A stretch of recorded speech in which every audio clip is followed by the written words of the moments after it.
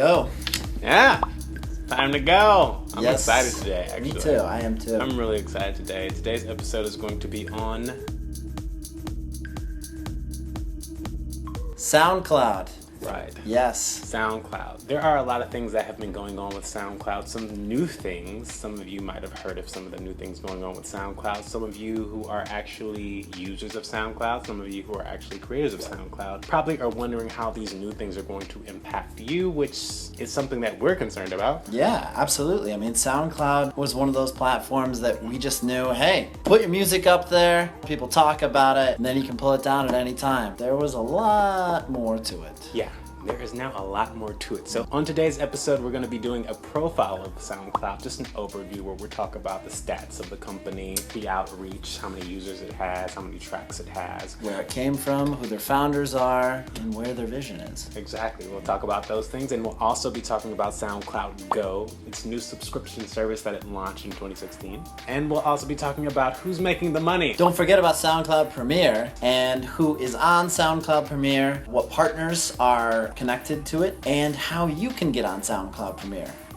Or if you can get on Soundcloud Premiere. Yeah. Firstly, we'll be talking about Soundcloud Profile. It was started by Alex Young and Eric Walforce, and basically it was started because they were two engineers and they wanted to share the music to each other. They wanted to figure out, they're like, there must be an easier way than just emailing them. I don't even know if you could email them back then. In 2007, you could probably. You probably could, but files were so large back then, and then email providers, you didn't have that much storage. They definitely didn't support it. They did not support it. I had a It lot was of tough. anytime I tried to send like a large mix to like a producer or whatever, it was just like Gmail was like, yeah, you have like 300 megahertz or something super small. And I was like, Yeah, every like single kilobytes, time. not megahertz.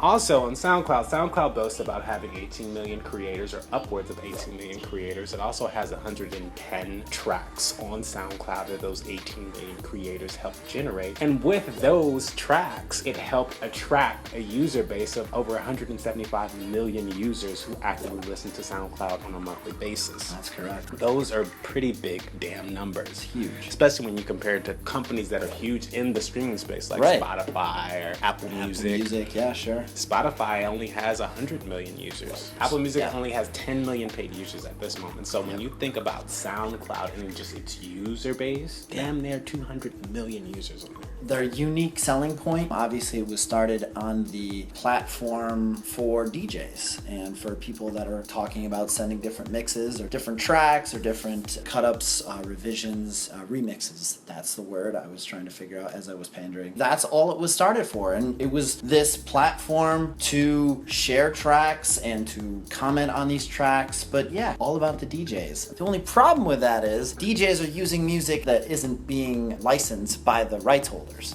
Therein lies their problem. Therein lies a couple of issues for SoundCloud. That's one thing, because you can definitely be slapped by lawsuits from record labels when you're using their content and they haven't actually licensed it to you, which DJs have a tendency to use copyrighted music. This copyrighted music belongs to the rights holders, which are generally record labels for the popular songs, which attract the people. It's about the leads, pulling people in. Exactly. And that did put SoundCloud in a pretty sticky situation. It did. So it really forced them to even have to deal with labels, period. Exactly. Whether they wanted to or not, they kind of was put in a situation towards, all right, now we have this upper hand on you. Okay, we could sue the hell out of you. Yeah. Or we could talk about licensing our music and how you're going to monetize this platform so we can get our money back. Which brings us to Soundcloud Go.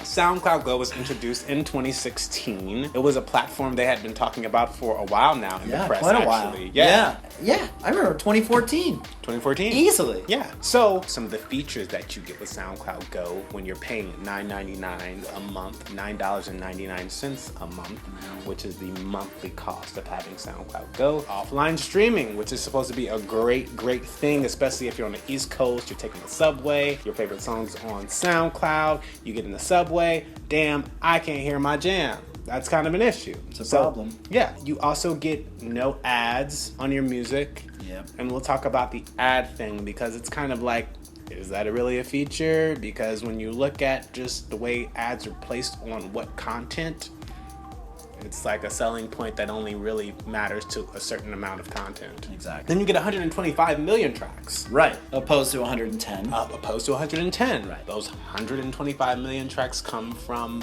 these record labels. Right. Well, actually, a breakdown of how the record labels are tied into all of this. Okay, Warner Music Group. Yeah.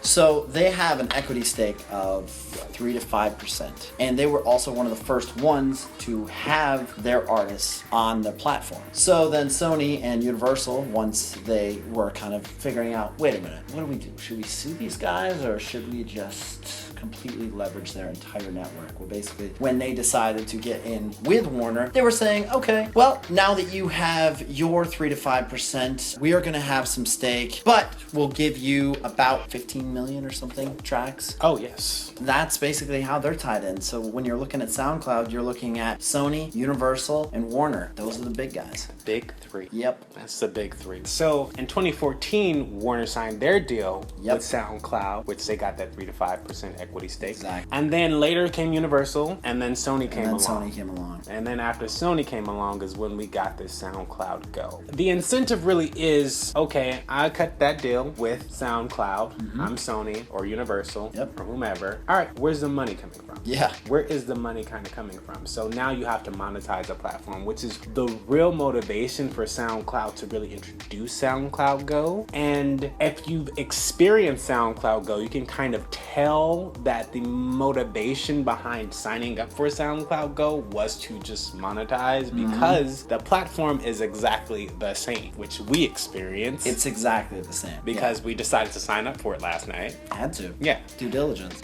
I signed up on my mobile phone and you signed up. I signed up on desktop. Yeah. How was your experience on desktop? Pretty standard to the free model. I mean, it's the same sort of thing that the problems that you were having when you're searching for an artist and you try and find the artist, but everything is like listed there. Their entire catalog is listed there all at once. There's not really an album breakdown unless it's done through a playlist, and it's pretty impossible to find anything outside of what the artist is doing. If you have one of your tracks in there or like one of your friends' tracks and they have a tag of like Beyonce and you're like, oh, okay, cool. Well, someone's gonna stumble upon my track that sounds, similar to Beyonce if they're on the Beyonce page. Yeah, that kind of was my experience on the mobile app as well. Only thing you get now is access to those 15 million new tracks, which you probably won't listen to all 15 million. You might just go to Beyonce's page and listen to her now because she's distributed through Sony. You might just go to Kanye West's page. Yeah, sure. And listen to Kanye West. He's distributed through Universal. Yeah. So now you have access to this stuff, which you probably had access to if you were already a Spotify member or an Apple Music member. Exactly. It's a little late for SoundCloud to give you that incentive to get access to content you probably already have access to on another platform. The offline streaming, don't really have a use for it where I am, so didn't really matter. And one thing that's really important is that SoundCloud talks about how you might be queued up next to a top 40 song. And the thing is, when you go to somebody's song, go to a page and you play their song, the next song that pops up is going to be that artist's song. And the next song is going to be that artist's song. So it's going to continue to just go through that. Didn't you go through an entire catalog? Yeah, I went through an entire catalog, and sometimes it plays a song twice before it moves on to somebody else who might have done a cover of that artist's song. So for your song to be discovered, I wouldn't say that's the great option because the discovery feature on SoundCloud right now, as is, honestly wasn't my favorite. If I'm supposed to try to leverage the traffic that these huge artists have, I'm probably not gonna pop up. Now, if I go to an indie act or something like that that sounds similar to my content, I might pop up because they probably don't have as much content on their page. Exactly. And then it's just easier for me to kind of run in that whole little stream of music. Sure. But with these major acts that they talk about you potentially being queued up right after a top 40 hit, maybe, but it's gonna be a long while before you pop up. They're gonna have to skip through millions or however many tracks that artist has on their page. It's kind of crazy. The next thing we're gonna get into is who's making the money. That's what it all boils down That's to. what it all boils down to. Absolutely. There is a saying that I think Kevin O'Leary from Shark Tank says. He says, follow the money. He probably got it from somewhere else, but follow the money. That will tell you what people's motivations are. Exactly. And so if you follow the money with SoundCloud back in 2013 and 2014, they reported that they lost $70 million. Yep. They released a statement basically saying that our overhead exceeds our revenue. And SoundCloud also just tried to keep up with the competitive streaming space. Right. They have to think about technology. They have to keep their eyes on market changes, and you need a staff for that. So I understand how their overhead could far exceed their revenues. Oh, of course. I mean, look at it. They started as like this kind of like, hey guys, let's share some music with your friend. Hey, you should comment if you like my track. Hey, where did you find that track? Maybe you share that with me, or like, let's talk about it. Let's comment on it. Oh shit, now we're in the same room as Spotify. How did this happen? Now they're here, 70 million in the hole. Where'd they get that $70 million from? Well, they did a Series D funding in 2014, SoundCloud did, in which they got upwards of $100 million.